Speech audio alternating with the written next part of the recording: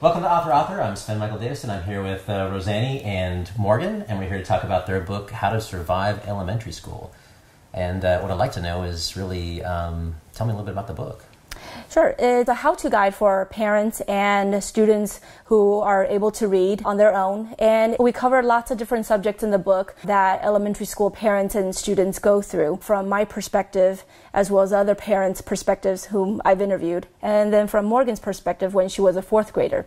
So we cover topics like what it's like to have extracurricular pressures, which a lot of families give themselves these days, pressure from homework, social media, what it means to have a huge amount of technology at our disposal these days, drama that parents face, drama that students face, what it means to communicate well with principal and teachers, and what it means to work with differently abled students that we see on campus. It's a really cool how-to guide on the things that we experience as parents and students in a public elementary school setting. What was the inspiration for writing this? I'm imagining because you're a parent. Yes. You probably started thinking about that, but what made you just go from parent to actually writing a how-to guide? Do you want to take that one first, Morgan? Sure.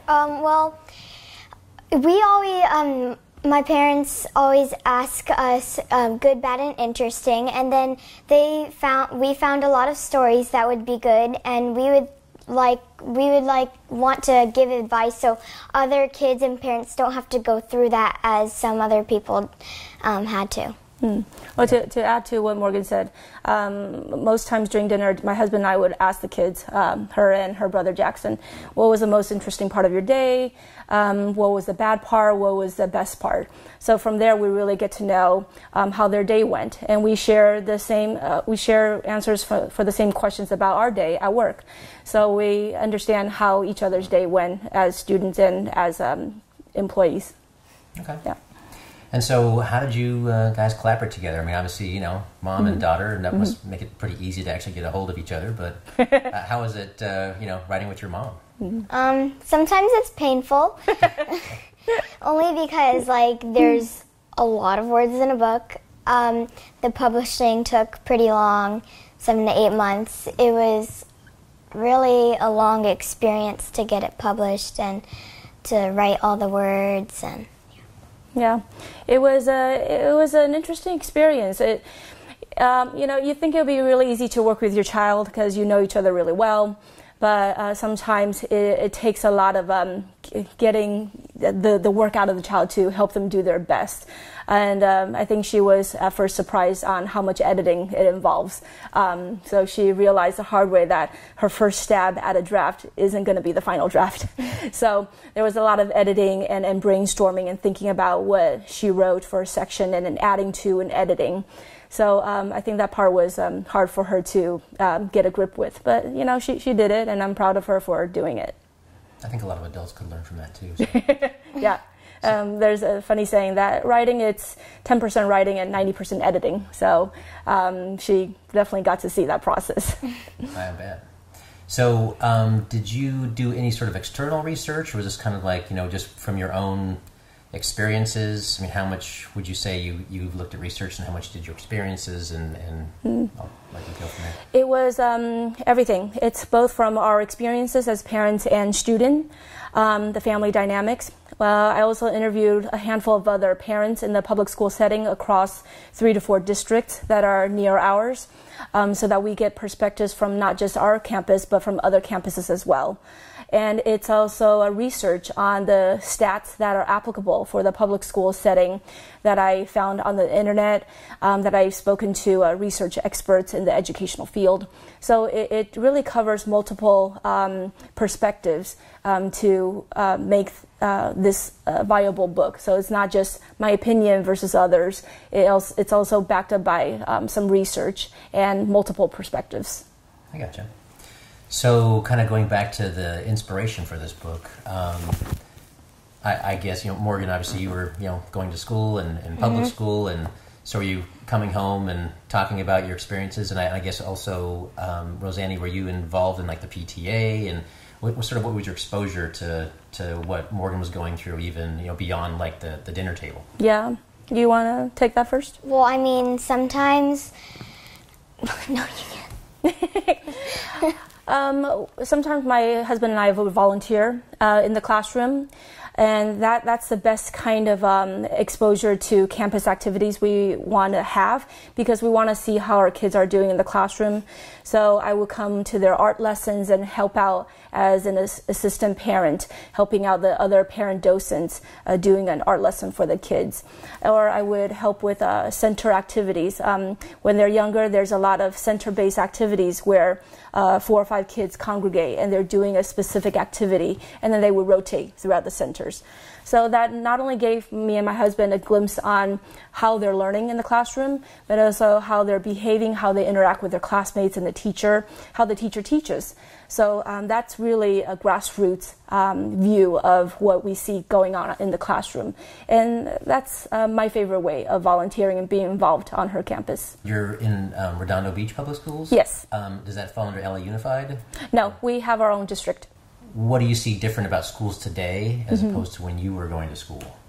I think definitely the first thing that comes to mind is that parents today are definitely more involved. I remember when I went to elementary school in Woodland Hills and Granada Hills, parents are mostly hands-off. You know, you drop the kid off and that's it. You don't see them for 7 hours, and you don't see a lot of parent involvement on campus, which worked fine back then. But now the expectation seems to be higher to want and expect parent involvement on campus for lots of different PTA committees and activities.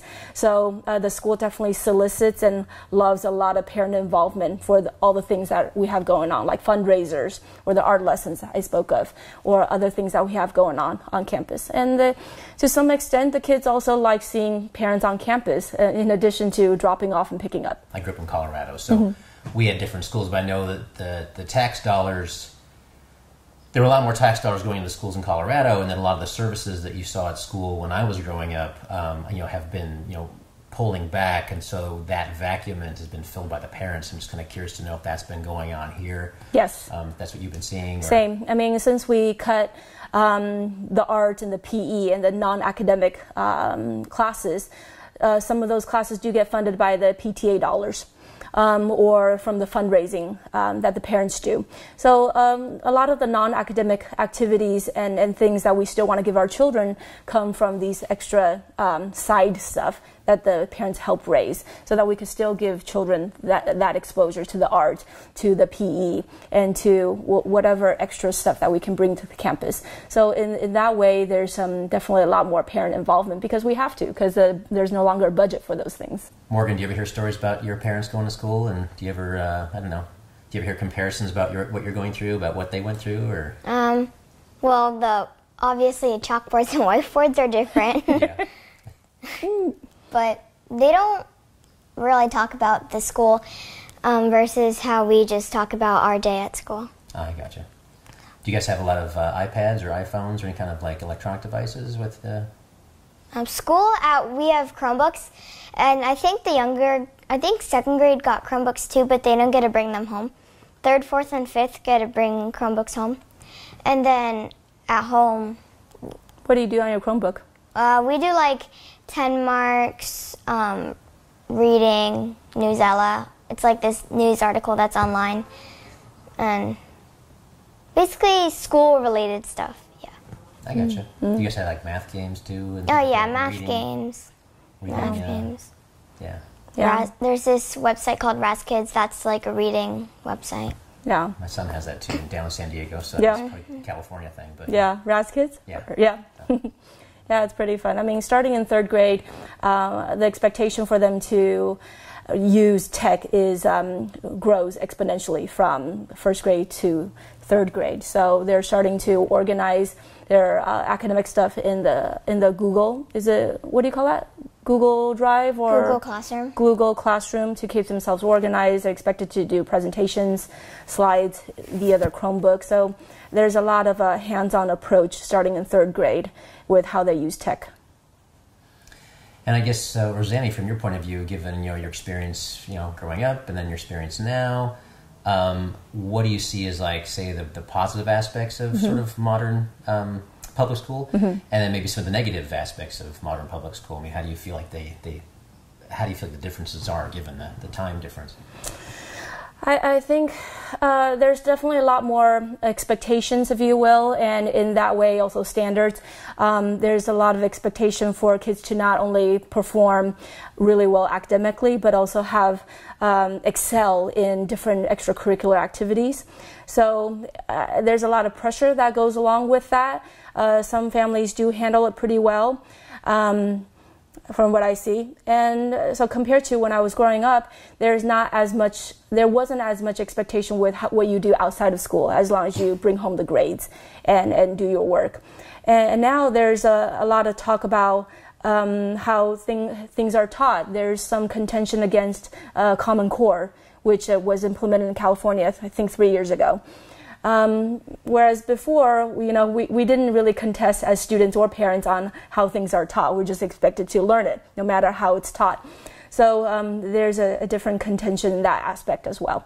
So generally, there's definitely higher expectations now, and we kind of just either have to sink or swim, I guess. Morgan, how have you been with Common Core? Easy, hard?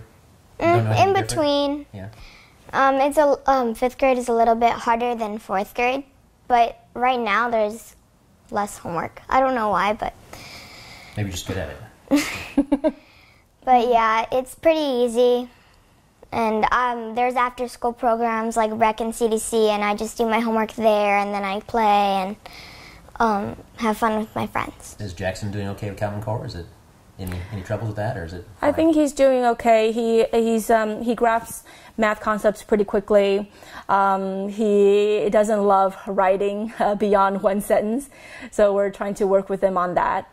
But we just do the best we can as parents to help them grasp Common Core concepts the way things are taught.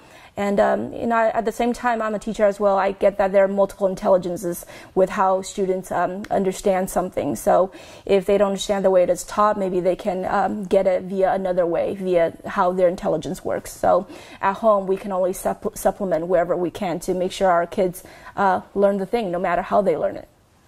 And what do you teach? I teach English as a second language to adult learners. Okay. Most of my students are college students, and so right now I'm an independent contractor with a company called Global LT, Global Language Training, and I go and teach students that are here on international or student visas, so they need to improve their proficiency, so I teach them. Before, I've also taught more mature students, but for the most of my career in teaching, it's been academic setting in college campuses. Yeah. Gotcha.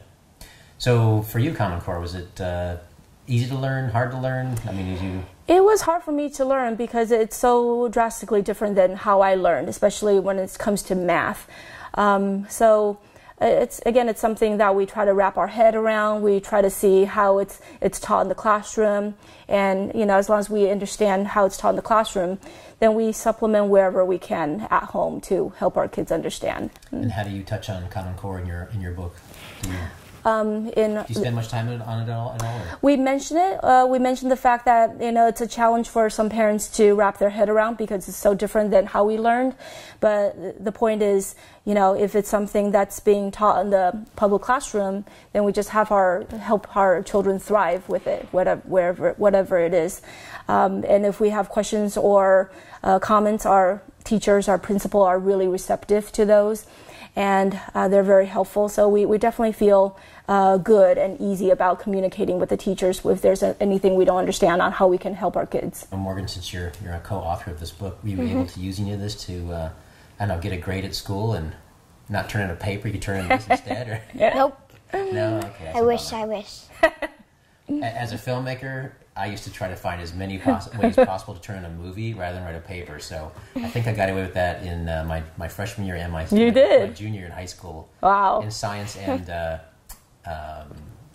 social studies. So wow. Anyway, just thinking, if you want to write another book with your mom, she just angle that into getting a grade. Well, I'm working on writing a book about this travel guide for kids, because I know that some kids, like my brother and other people out there, have a hard time traveling because they either get sick or they have too much luggage. And I'm gonna give advice and tips, and basically like this book, but for traveling for kids. And yeah. Oh, fun. Yeah. Get to travel a lot? Yeah. We're going to Japan in spring break. Oh, very fun. Yeah. And this summer we went to Germany and Denmark. Very nice. Yeah. So her travel guide will be interesting because it'll cover different countries that she's visited. She doesn't remember New Zealand and Australia because she was a toddler, but she could cover the ones that she does remember. Very fun. Yeah. I love traveling myself, so Yeah. I'll have to pick up your book.